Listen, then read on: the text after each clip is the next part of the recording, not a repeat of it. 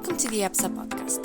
The EPSA Podcast provides convenient access to information on various EPSA events and opportunities, plus topics from different pharmacy fields that can impact us, the pharmacy students. This podcast series seeks to bring education and awareness that pharmacy students and future pharmacists need to provide the best care. Join us as we fuel our passion for pharmacy, one conversation at a time. Prepare to learn more, be encouraged and inspired. The European Antibiotic Awareness Day is an annual European public health initiative that takes place on the 18th of November to raise awareness about the threat to public health of antibiotic resistance and the importance of prudent antibiotic use.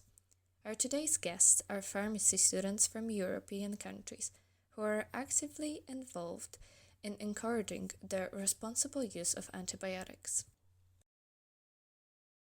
Hello guys, it's a pleasure to have you here. Could you please introduce yourselves? Hi, first of all, thank you for your invitation. I'm Mojca Gojčič Liaison Secretary and one of the advocacy representatives for ŠSSFD Slovenia.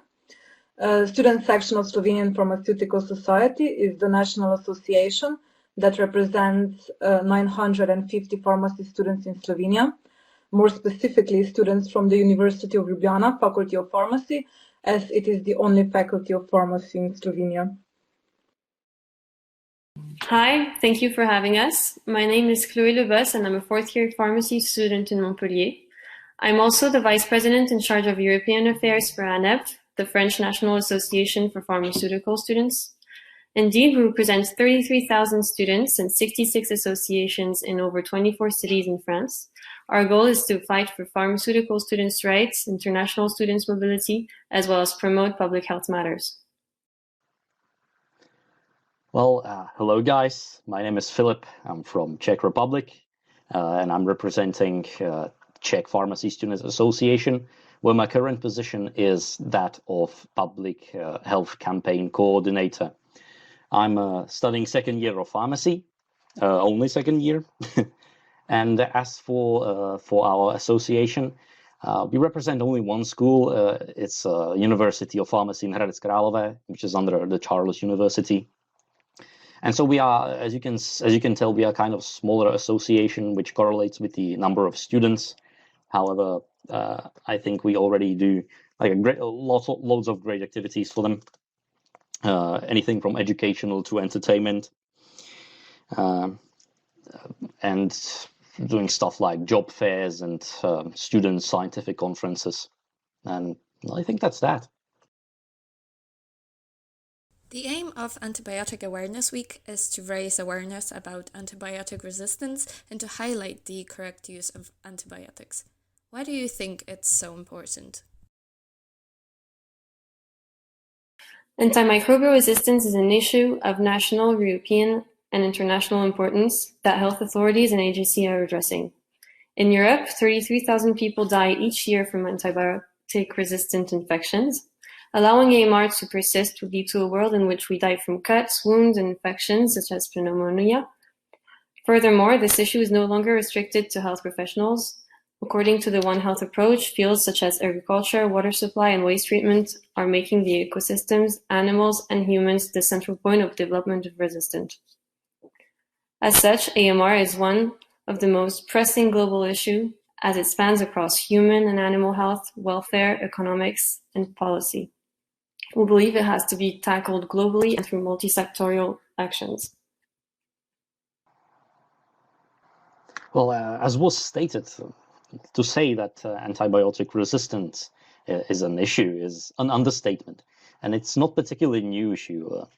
I think only 2 years after the discovery of methicillin, there were first methicillin-resistant strains already, and obviously, it's an issue that could on such a fundamental level shift us backwards in medicine 100 years. Bring complications of massive scale, especially in development of medicine of medicinal progress. But not just that. Also in the development of some countries, which antibiotics played, or the discovery and import of antibiotics is caused or allowed great progress. So AMR is a pandemic which is sadly not achieving enough importance within the public and healthcare professionals. It is a complex issue of modern society, affecting every day and every person. We can combat the problem by working together with pharmacists and pharmacy industry, doctors, veterinary industry, and many other professions, which have an influence on proper storage and usage of antibiotic drugs. Antibiotics Awareness Week is a step towards better awareness, but we for sure need to strive for more. A lot of people who and when are being treated with antibiotics do not know how important it is to follow the prescribed treatment. Not only the outcome of treatment is better, there is also a smaller chance for bacteria to develop resistance. Moreover, it is also not that well-known fact that reducing the concentration of pharmaceuticals in the environment has proven to play an important role in combating AMR, and in that sense, everyone can help fight AMR. Last but not least, it also sheds some light on the problem that is overprescription of antibiotics and the lack of communication with the patients who are being treated with them.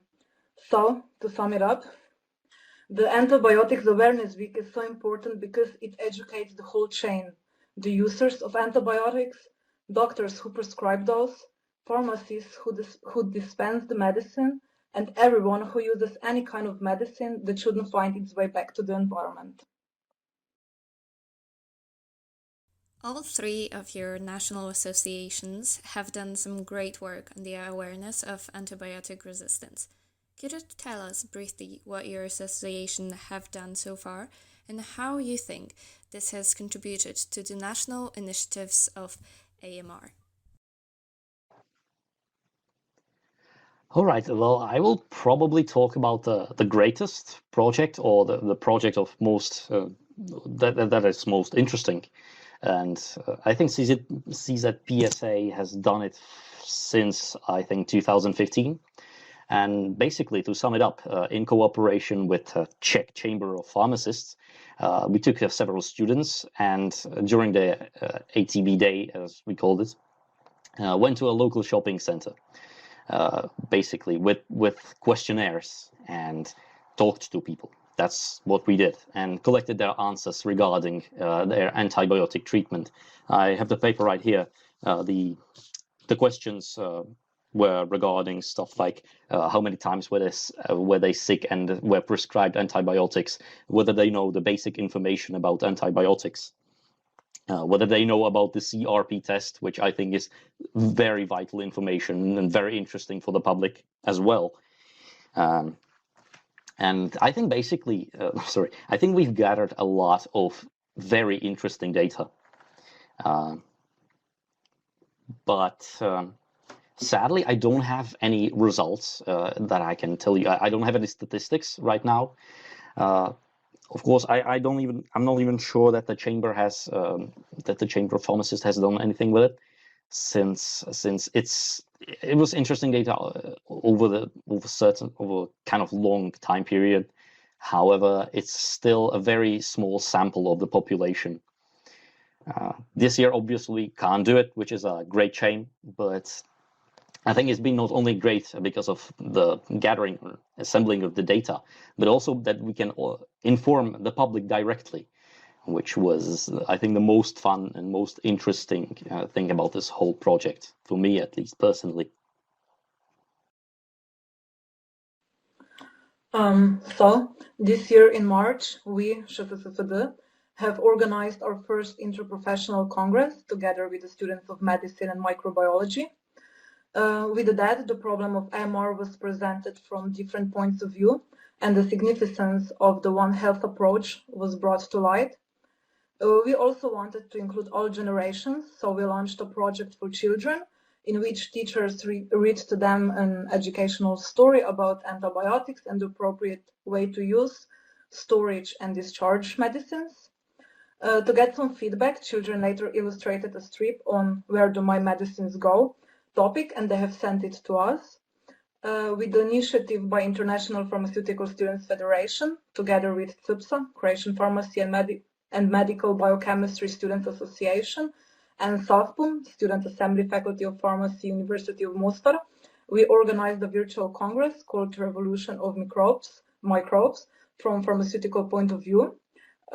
Later, we have written our first position paper called Pharmacists' Role in Combating AMR, Dispelling Myths and Increasing its Awareness, which we plan on posting on our LinkedIn next week, but you can also find it on our website. We are still looking for ways and opportunities to advocate that on a national level. However, we think that so far we have managed to have an impact on future professionals, especially those who attended the Congress, and also on some children, which are our future. We plan on looking for new opportunities to advocate this topic even further. Yes, ANEPF has for a few years worked on the awareness of AMR. This year we've worked jointly with Marion Bouillon-Bain, the VP in charge of Public Health, and Valentin Legrand-Sourdillon, the VP in charge of Professional Perspective, as well as ANEMF, the French National Association for Medical Students. Additionally, we are in collaboration with ASEP, and we're finding new ways of including students in the reflection and ideas shared with the national authorities on the subject of AMR. For that, we have thought of a project in 3 steps.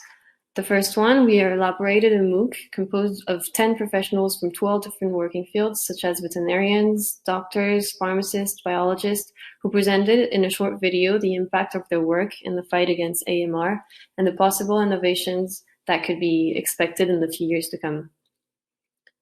We would like to thank Healthcare Without Harm, SPILF, the Ministry of Health Coordinator of the French Antimicrobial Resistance National Action Plan, Professor Pulsini, and EPSA and many others for their contribution. Our goal is to sensitize, raise awareness, and ultimately guide students to the next step, the hackathon. The students have 3 weeks to work on a topic such as the medication cycle, environmental health, prevention and innovation, and come up with a strategy to tackle AMR in a 10 pages document. They will also draw a prevention poster that will be broadcasted nationally. Today, 64 students are currently competing in the AMR hackathon. For the closing of the hackathon, on the European Antibiotic Awareness Day, we will be hosting a roundtable on the good practices of professionals on all levels of the patient's healthcare in relations with AMR. After that, the top 3 projects will be announced and the corresponding teams will claim their prize. Finally, we hope to launch an awareness-raising campaign in France and Europe and share the students' idea and position on the strategies already in place to tackle AMR on a national and European level. How can pharmacy students help in advocating for tackling the overuse or incorrect use of antibiotics? Students are the future. We think it's important for associations and national authorities to give the students the opportunity to share their experiences, point of view, and creative ideas, as they soon will be on the front line of the fight against AMR.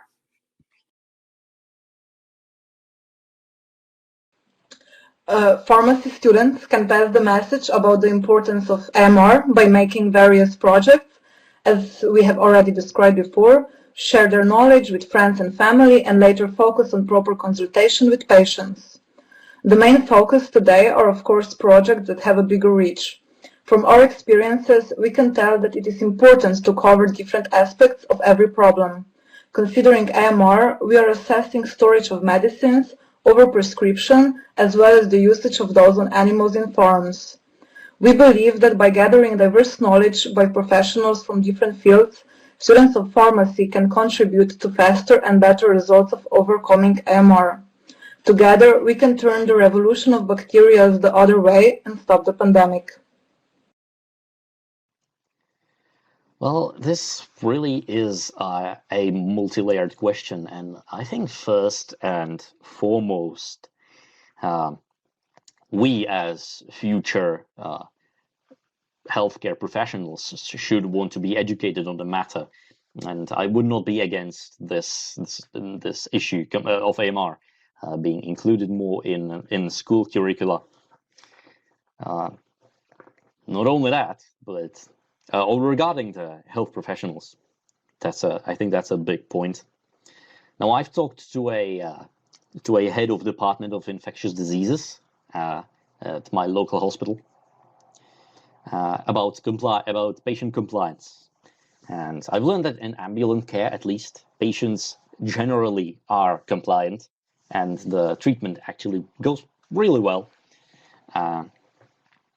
which is, of course, obviously good.